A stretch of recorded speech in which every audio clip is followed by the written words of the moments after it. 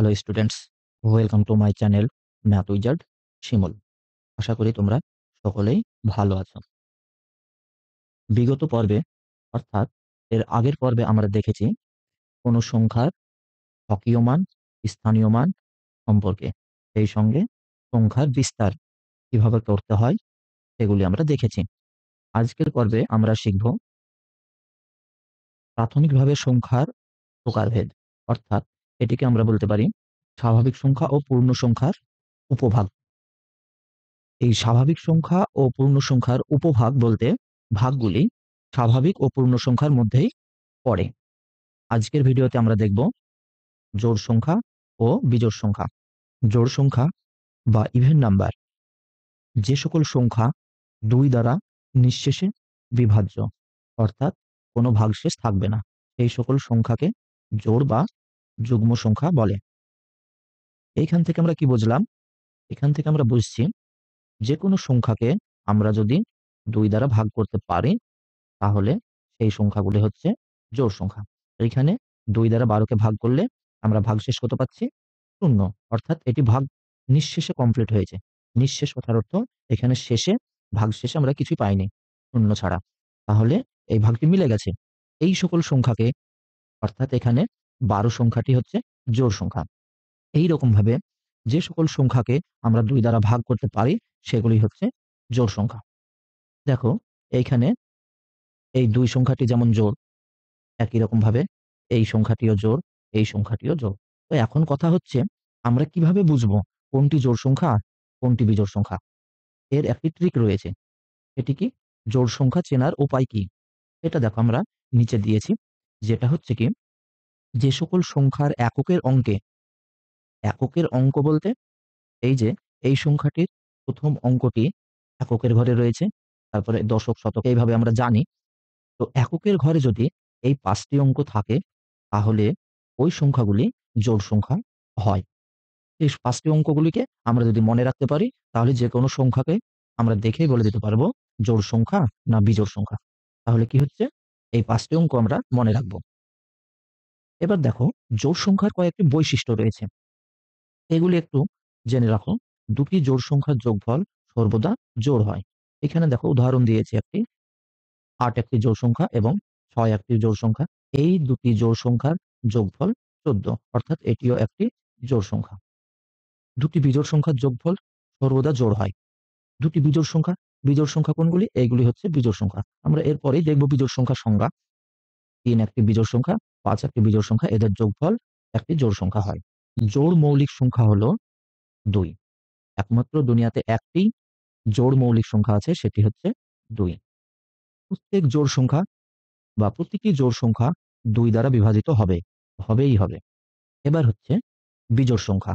বিজোড় সংখ্যা বা অড নাম্বার যে সকল সংখ্যা 2 দ্বারা নিঃশেষে বিভাজিত হয় না বা ভাগ মেলে না তাদেরকে বিজোড় সংখ্যা বা অড নাম্বার বলে। এর আরেকটিও নাম আছে, সেটা কি? অযুগ্ম সংখ্যা। যুগ্ম সংখ্যা হচ্ছে মানে জোড় সংখ্যা, আর অযুগ্ম সংখ্যা হচ্ছে বিজোড় সংখ্যা। তাহলে দেখো আমরা একটি সংখ্যা নিলাম 7, এটিকে কি আমরা 2 দ্বারা ভাগ করতে পারবো? 3 দুয়ে 6, অর্থাৎ এখানে ভাগশেষ থাকছে 1। এটি কি নিঃশেষে ভাগ হলো? না, হয়নি। নিঃশেষে ভাগ হতে হলে এটাকে 0 হতে হতো, কিন্তু ভাগটি মিলেনি, তাই নিঃশেষে ভাগও হয়নি তাই বলবো। তাহলে 2 দ্বারা যদি আমরা ভাগ করতে না পারি তাহলে এই সংখ্যাটি হচ্ছে বিজোড় সংখ্যা। অর্থাৎ যে সমস্ত সংখ্যা 2 দ্বারা বিভাজিত হয় না তাদের আমরা বিজোড় সংখ্যা বলি। যেমন এইগুলি দেয়া রয়েছে। এর কয়েকটি চেনার উপায় রয়েছে। কি? যে সকল অঙ্কের শেষে এই 5টি অঙ্ক থাকবে। শেষে অর্থাৎ কি? এককের ঘরে। এককের ঘরে যদি এই 5টি অঙ্ক থাকে 1, 3, 5, 7 এবং 9, তাহলে সেই সকল সংখ্যাগুলি বিজোড় সংখ্যা হয়। ঠিক আছে? তো বিজোড় সংখ্যার বৈশিষ্ট্য কি? একটি জোড় ও একটি বিজোড় সংখ্যার যোগফল সর্বদা বিজোড় হয়। দেখো এটা একটি জোড় সংখ্যা এবং এটা একটি বিজোড় সংখ্যা, এদের যোগফল সর্বদা বিজোড় হয়। ঠিক আছে? তো এখন আমরা জোড় এবং বিজোড় সংখ্যার কয়েকটি ধর্ম দেখব। ধর্মগুলি কি? দেখো, দুটি জোড় সংখ্যার যোগফল ও বিয়োগফল সর্বদাই জোড় হয়। দুটি জোড় সংখ্যার যোগফল ও বিয়োগফল সর্বদাই জোড় সংখ্যা হবে। দুটি জোড় সংখ্যার যোগফল দেখো 2 + 2 = 4, অর্থাৎ জোড় সংখ্যা হচ্ছে। আর দুটি জোড় সংখ্যার বিয়োগফল দেখো 6 - 2 = 4, এটিও একটি জোড় সংখ্যা। 2 নম্বর দেখো, একটি জোড় এবং একটি বিজোড় সংখ্যার যোগফল ও বিয়োগফল সর্বদাই বিজোড় হয়। একটি জোড় আর একটি বিজোড়। হয় একটি জোড় সংখ্যা আর ৩ হচ্ছে একটি বিজোড় সংখ্যা। এদের যোগফল সর্বদাই আমরা বিজোড় সংখ্যা পাবো। আর একটি জোড় সংখ্যা দেখো ৮ এবং বিজোড় সংখ্যা হচ্ছে ৫। এদের বিয়োগফল সর্বদাই আমরা বিজোড় সংখ্যাই পাবো। ঠিক আছে? ৩ নম্বর দেখো, দুটি বিজোড় সংখ্যার যোগফল ও বিয়োগফল সর্বদা জোড় হয়। দুটি বিজোড় সংখ্যা অর্থাৎ ৩ একটি বিজোড় সংখ্যা, ৫ একটি বিজোড় সংখ্যা। এদের যদি যোগ করি তাহলে আমরা সর্বদাই জোড় সংখ্যা পাবো। আর বিয়োগফল দেখো ৫ একটি বিজোড় সংখ্যা, ৩ একটি বিজোড় সংখ্যা। এদের বিয়োগফলও আমরা সর্বদা জোড় সংখ্যা পাবো। অর্থাৎ এই দুটি ক্ষেত্রে দেখো আমরা সর্বদাই জোড় এবং বিজোড় পাচ্ছি। এটা একটু ভালো করে মনে রাখবেন। এবার দেখো নেক্সট, দুটি বিজোড় সংখ্যার গুণফল সর্বদাই বিজোড় হয়। কি উদাহরণ? ৩ গণিত ৯। এখানে ৩ ও বিজোড় সংখ্যা, ৯ ও বিজোড় সংখ্যা। এদের গুণফল তাও আমরা বিজোড় সংখ্যায় পাবো। ২৭ একটি বিজোড় সংখ্যা। কেন? ২৭ কে ২ দ্বারা ভাগ করো, তাহলে কত পাবো আমরা? ২ এককে ২, এবার ৭ নামছে, ২ ৩-এ ৬, অর্থাৎ ভাগটি মিলছে না। অর্থাৎ এটি একটি বিজোড় সংখ্যা। তাহলে আমরা বলতে পারি দুটি বিজোড় সংখ্যার গুণফল সর্বদাই বিজোড় সংখ্যা হয়। এবার দেখো দুটি জোড় সংখ্যার গুণফল সর্বদাই জোড় হয়। ৬ আসছে ৪৮, অর্থাৎ এটির এককের ঘরে কে রয়েছে? ৮, অর্থাৎ এটি একটি জোড় সংখ্যা। এরপরে দেখো একটি জোড় এবং একটি বিজোড় সংখ্যার গুণফল সর্বদাই জোড় সংখ্যা হয়। ঠিক আছে? কি? একটি জোড় ৬ হচ্ছে একটি জোড় এবং একটি বিজোড় সংখ্যা হচ্ছে ৩। এদের গুণফল ৩ ৬ ১৮। সর্বদাই আমরা জোড় সংখ্যাই পাবো।